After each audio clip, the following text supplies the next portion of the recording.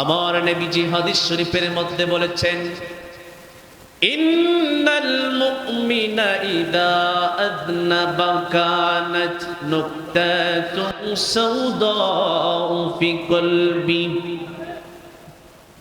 আমার নবীজি হাদিস শরীফের মধ্যে বলেন, আল্লাহর কোন বান্দা বান্দি যখন একটা গুনাহ করে, একটা গুনাহ করার সঙ্গে সঙ্গে আল্লাহর ওই মুমিন বান্দা বান্দির কলবের মধ্যে সাওদাউ ফি কলবি, একটা দাগ পড়ে যায়, একটা কালো রেখা পড়ে যায়। মুমিন বান্দা বান্দি যখন আরেকটা গুনাহ করে, আরেকটা দাগ পড়ে, ময়লা পড়ে, এমন ভাবে বন্ধু আল্লাহর বান্দা বান্দি যতটা গুনার কাজ করবে, যতটা অন্যায় কাজ করবে, পাপের কাজ করবে, আমার নবীজি বলেছেন প্রত্যেকটা গুনার জন্য আমার আল্লাহ তাআলার বান্দা বান্দীদের কলবের মধ্যে একটা দাগ পড়ে যাও, পরিষ্কার হয়ে যায়। বলেন সুবহানাল্লাহ।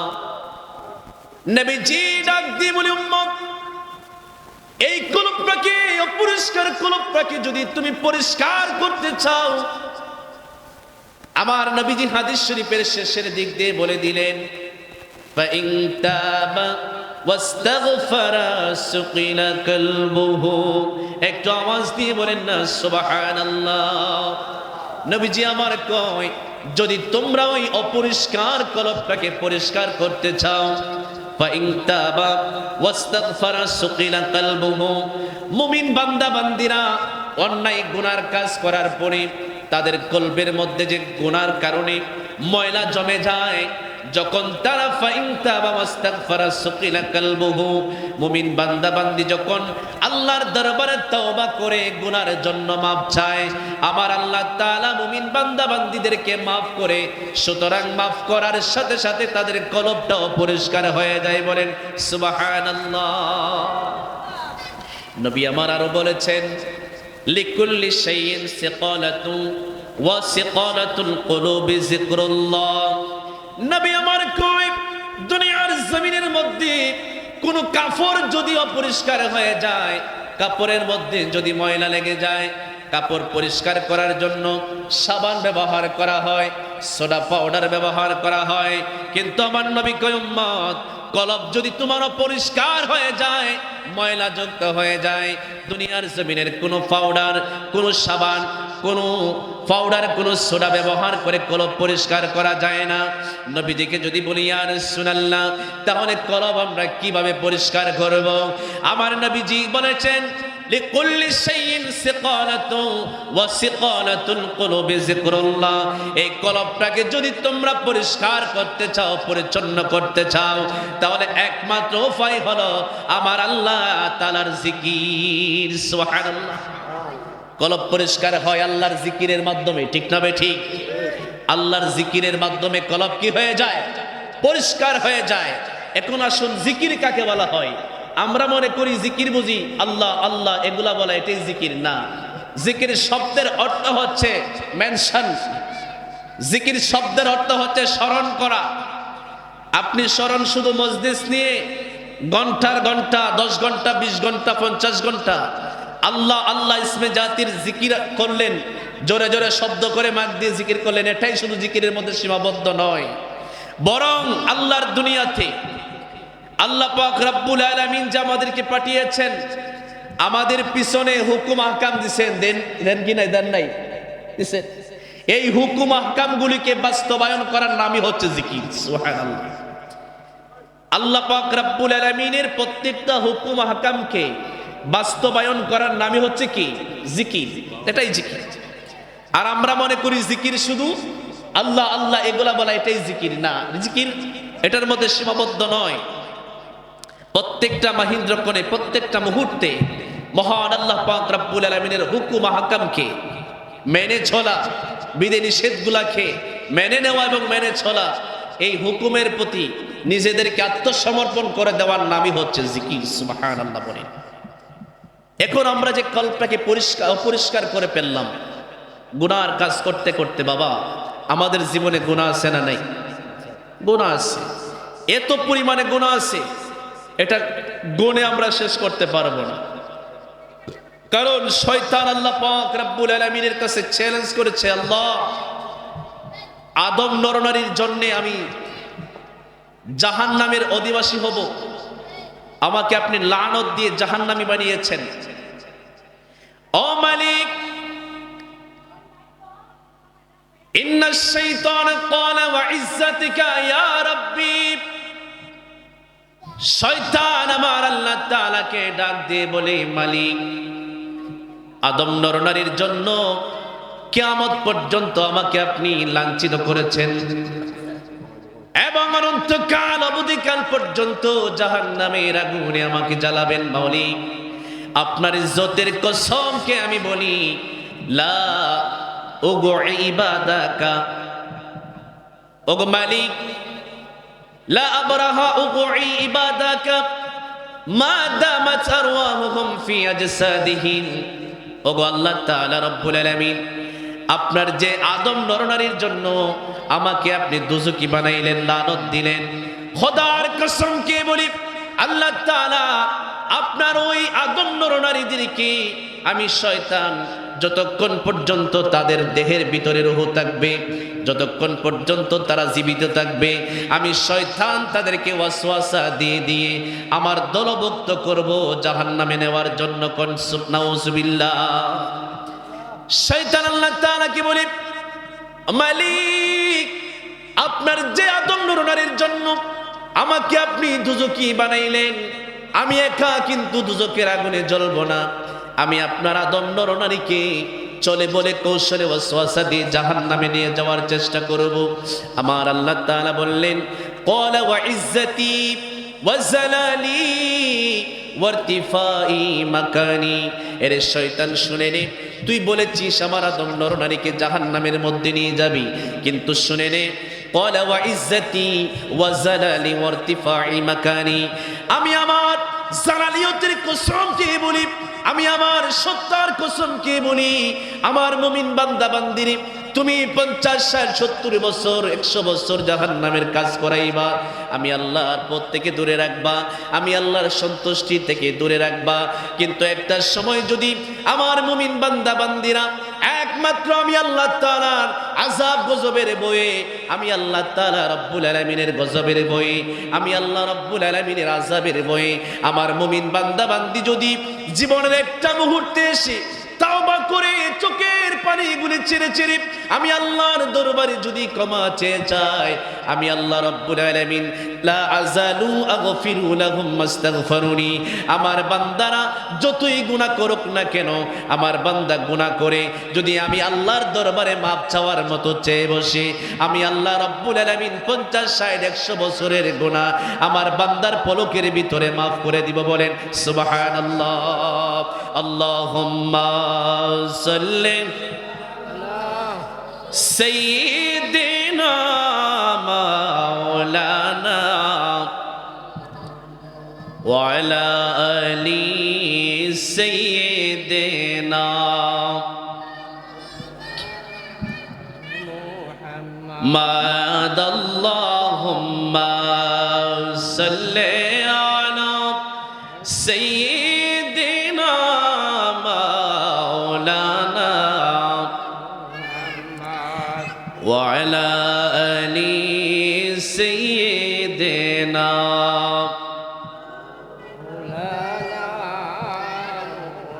সম্মানিত হাজিরিন, আমার আল্লাহ তাআলা শয়তানকে চ্যালেঞ্জ করে বললেন, শয়তান তুমি চাইবা আমার মুমিন বান্দা বান্দিকে জাহান্নামী বানানোর জন্য, কিন্তু শুনে নেও আমার মুমিন বান্দা বান্দি যদি একটা মুহূর্তের জন্য নিজের ভুলটাকে বুঝতে পারে, নিজের ভুলটাকে বুঝতে পারে, হায় রে এতদিন পর্যন্ত আমি আমার আল্লাহ পাক রব্বুল আলামিনের পথ থেকে বিমুখে ছিলাম, আমি আমার আল্লাহ পাক রব্বুল আলামিনের দেখানো পথে চলতে পারি নাই।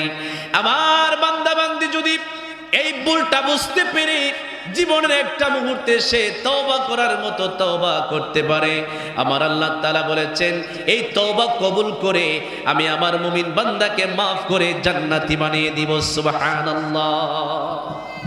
এখন বাবা কথা হলো তওবা করার মতো করতে হবে।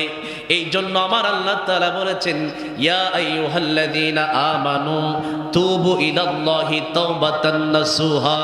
আল্লাহু আকবার বলেন। আমার আল্লাহ তাআলা কই, ও ঈমানদার ব্যক্তিরা, ও আমার বান্দা বান্দিরা, তোমরা তুবু ইলাল্লাহ, আমার আল্লাহর কাছে তওবা করো। বলবেন হুজুর তওবা কি? তাওবা ইয়াতুবু রাজা ইয়ারজু। রাজা ইয়ারজু মানে হলো প্রত্যাবর্তন করা। কিসের থেকে প্রত্যাবর্তন করবেন? দেখবেন আপনারা যখন বিভিন্ন জায়গায় সফরে যান, ট্রেন দিয়ে বা বাস দিয়ে, অনেক যাত্রী আছে রিটার্ন টিকিট কিনে, মানে হলো যেই টিকিটে যাবেন ওই টিকিটে আবার ফিরবেন, ঠিক না ঠিক? এই জন্য বাবা তাওবা ইয়াতুবু, তাওবা শব্দের অর্থ হলো প্রত্যাবর্তন করা। প্রত্যাবর্তন কিসে থেকে করবেন? মানে আপনি এতদিন যেই পথে চলেছিলেন, আল্লাহ পাক রব্বুল আলামিনের যে পথটাতে চলতে নিষেধ করেছিলেন, এই পথে আপনি চলেছেন, এখন আর এই পথে চলতে পারবেন না। এখন চলবেন আল্লাহ যে পথে চলার জন্য বলছেন সেই পথে, ঠিক না ঠিক? এটাকে বলা হয় রাজা ইয়ারজু, অর্থাৎ প্রত্যাবর্তন করা, ফিরে আসা। অর্থাৎ আল্লাহ পাক রব্বুল আলামিন যেই রাস্তায় চললে বেকুশ হয়, নারাজ হয়, ওই পথকে প্রত্যাখ্যান করে, রিজেক্ট করে যেই পথে চললে আল্লাহ খুশি হয় সেই পথে চলা, ঠিক না ঠিক? এটার নাম হলো তওবা। এটার নাম কি? তওবা।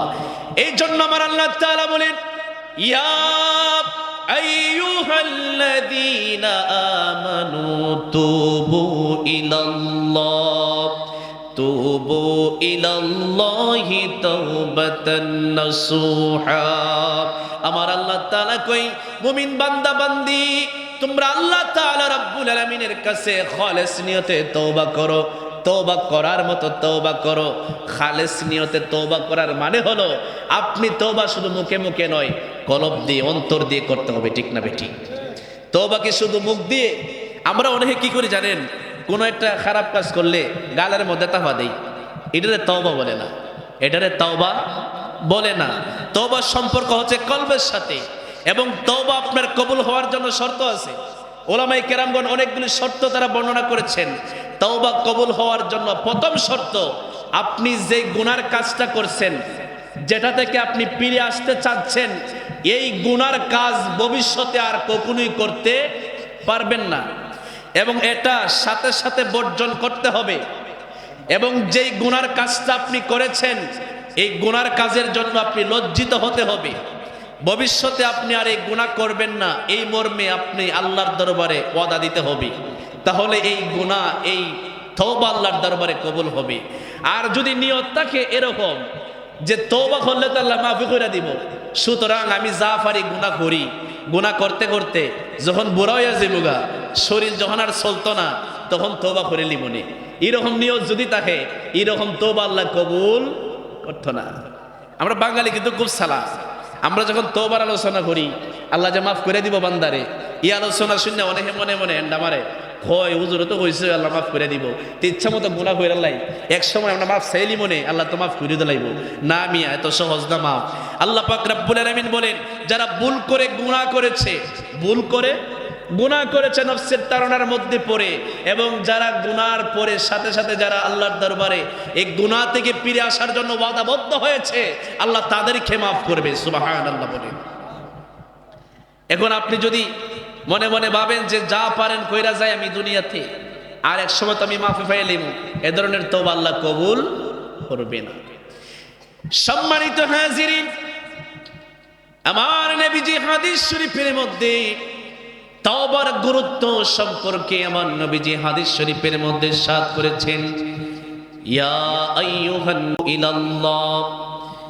নবী আমার হাদিস শরীফের মধ্যে কয়, ও দুনিয়ার মানুষ সকল, তুবু ইলাল্লাহ, তোমরা আল্লাহর দরবারে তওবা করো, ইস্তেগফার করো। ফাইন্নী আতুবু ইলাইহি ফি কুল্লি ইয়াউমি মিআত মাররা। আমার নবীজি কয়, তোমরা বেশি বেশি করে আল্লাহর দরবারে তওবা করো, কেননা আমি রাহমাতুল লিল আলামিন, শাফিউল মুজনাবিন, আমি নিজেও দৈনিক প্রত্যেক দিন 100 বার করে আল্লাহর দরবারে তওবা করি। বলেন সুবহানাল্লাহ। বলবেন হুজুর নবীজি কেন তওবা করে? নবীজির কি কোনো গুনাহ আছে নাকি? না রে ভাই, নবীজির কোনো গুনাহ নাই। নবীজি হলেন মাসুম, নবীজির গুনার কোনো সম্ভাবনা নাই।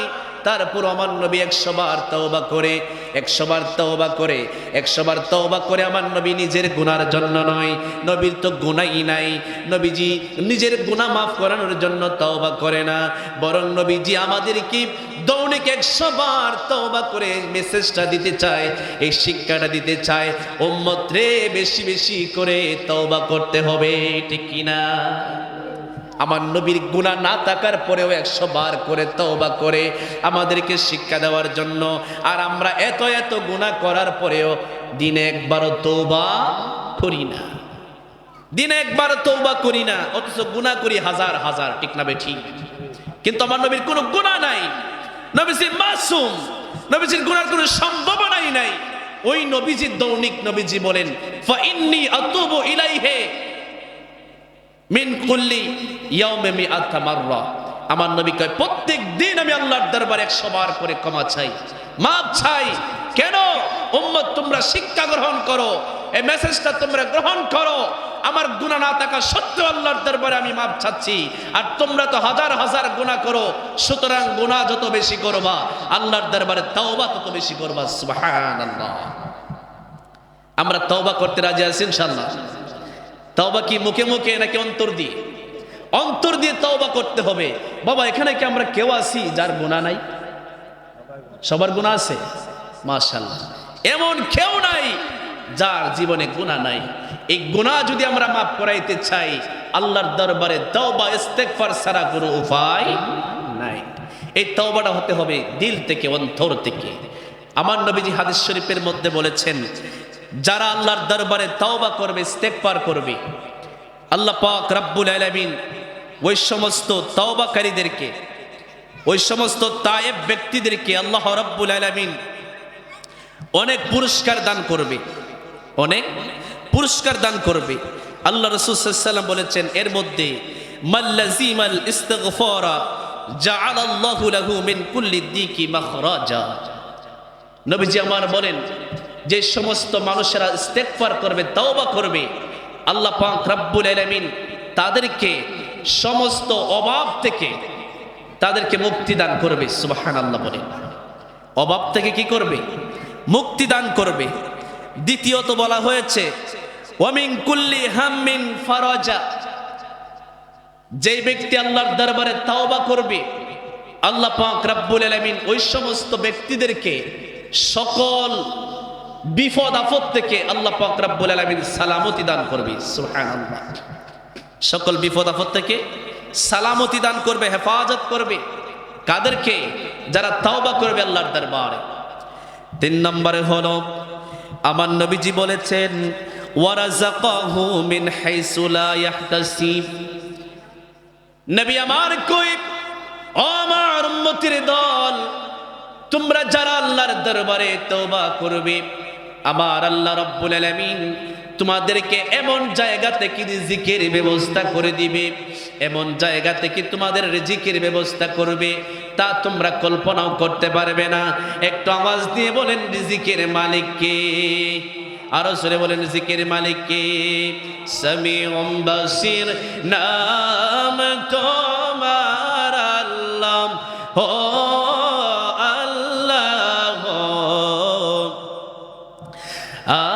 আজলিল জাব্বার নাম তোমার আল্লাহ, ও আল্লাহ, গফুর গাফার নাম তোমার আল্লাহ, ও আল্লাহ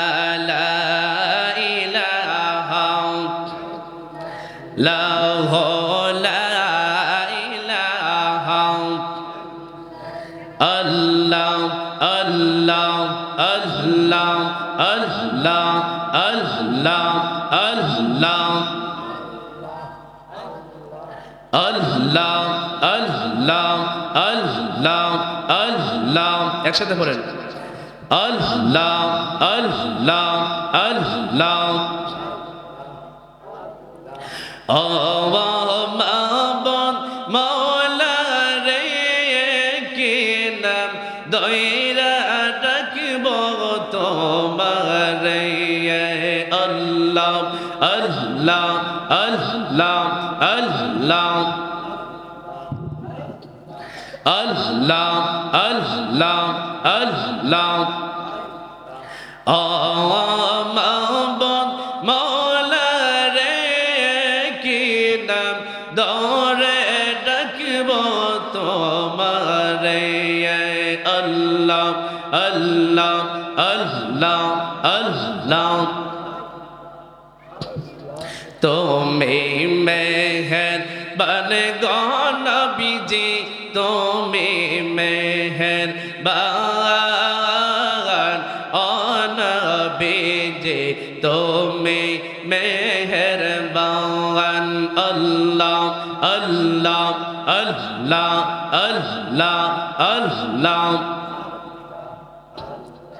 জীবনে একবার দেখিলে জীবনে একবার দেখিলে জোড়াইতাম ফারান ও নবীজি তুমি মেহেরবান আল্লাহ আল্লাহ আল্লাহ আল্লাহ আল্লাহ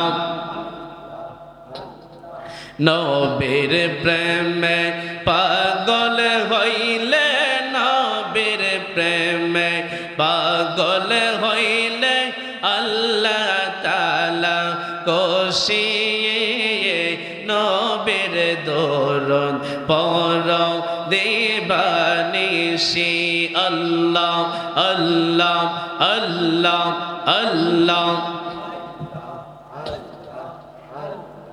নবীর প্রেমে পাগল হইলে নবীর প্রেমে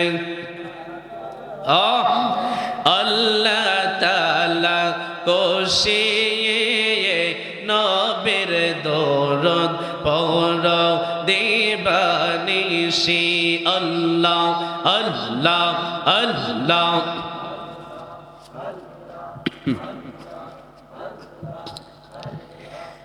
লা ইলাহা ইল্লাল্লাহু মুহাম্মাদুর রাসূলুল্লাহ সাল্লাল্লাহু আলাইহি ওয়াসাল্লাম।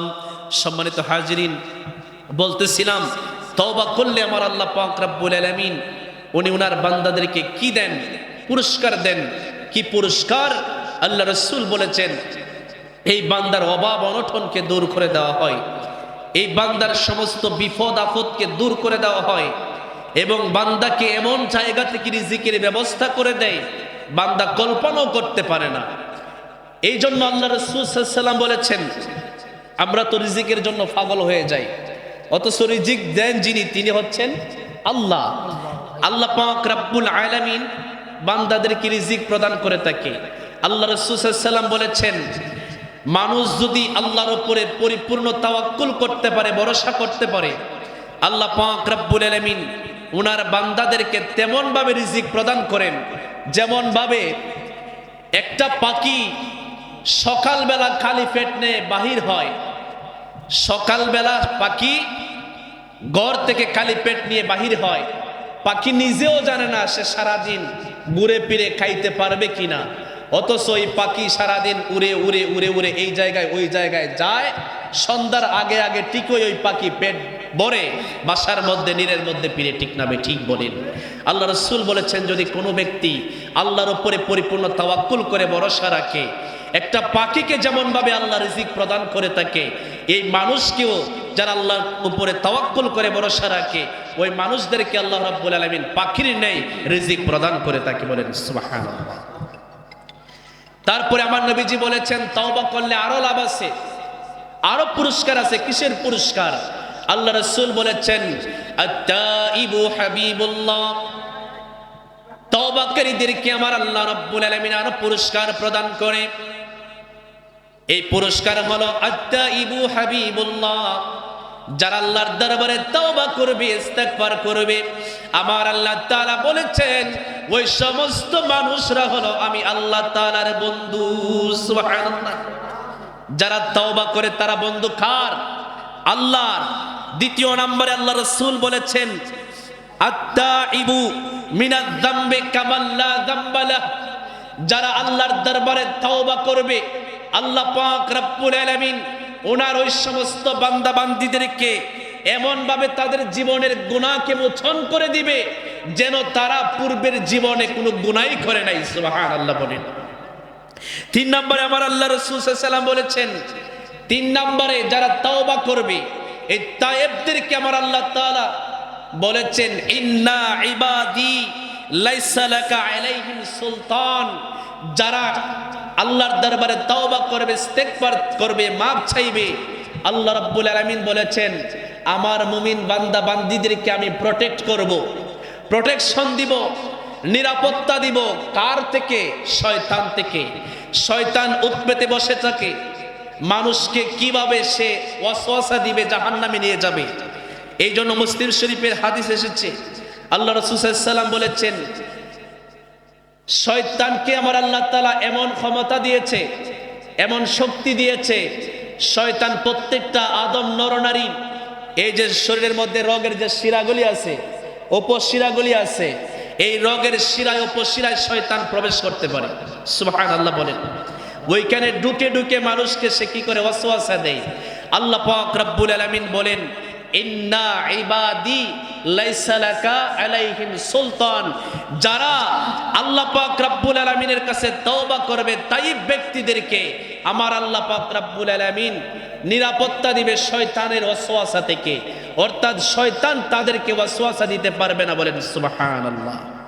4 নম্বরে আমার রাসূল সাল্লাল্লাহু আলাইহি ওয়াসাল্লাম বলেছেন যারা তওবাকারী হবে আল্লাহর দরবারে, যারা নিজের গুনার জন্য মাপ চাইবে, পানা চাইবে, ইস্তেগফার করবে, আল্লাহ পাক রব্বুল আলামিন তাদের সম্পর্কে কোরআনে পাকের মধ্যে আয়াত নাযিল করেছেন তাতানাজ্জালু আলাইহিমুল মালাইকা আল্লা তাখাফু ওয়া লা তাহজানু ওয়া আবশিরু বিল জান্নাতিল্লাতী কুনতুম তুআদুন। আল্লাহ তাআলা রব্বুল আলামিন যারা তওবাকারী হবে, যারা মুমিন হবে, আমার আল্লাহ তাআলা ওই মুমিন বান্দা বান্দীদের তায়েব ব্যক্তিদের মৃত্যুর সময় ফেরেশতা পাঠাবে। ফেরেশতারা এসে বলবে আল্লাহ তাখাফু ওয়া লা তাহজানু, ও ইমানদার ব্যক্তি, ও তায়েব ব্যক্তি, তুমি আজকে মারা যাবে, কিছুক্ষণ পর মারা যাবে, তোমার কোনো চিন্তা করতে হবে না, তোমার কোনো ভয় নাই, তোমার কোনো চিন্তা নাই। ওয়া আবশিরু বিল জান্নাহ, তুমি জান্নাতের সুসংবাদ গ্রহণ করো। সুবহানাল্লাহ বলেন। যারা আল্লাহর দরবারে তওবা করবে আমার আল্লাহ তাআলা রব্বুল আলামিন ওই সমস্ত ব্যক্তিদেরকে মরার পূর্বে ফেরেশতা দিয়ে জান্নাতের সুসংবাদ দিবে। সুবহানাল্লাহ বলেন। তাহলে তওবা করতে হবে কিনা? তওবা অবশ্যই আমাদেরকে করতে হবে, বেশি বেশি করে তওবা করতে হবে। মাওলাই কারীম আমাদের সকলকে তওবা ইস্তেগফারের মাধ্যমে আমাদের জীবনের গুনাহকে মাফ সাফ করে আমরা যাতে আল্লাহর দরবারে জান্নাতি বান্দা হিসেবে আমরা যাতে নিজেকে রূপান্তর করতে পারি, পরিবর্তন করতে পারি, আল্লাহ তাআলা সেই তৌফিক আমাদেরকে দান করুন। সবাই বলি আল্লাহুম্মা আমিন। আমি আপনাদের কাছ থেকে দোয়া চেয়ে নিচ্ছি, আপনারা জন্য দোয়া করবেন। আমার অগোছালো বক্তব্য আমি এখানে শেষ করছি। আসসালামু আলাইকুম ওয়া রাহমাতুল্লাহি ওয়া বারাকাতুহু।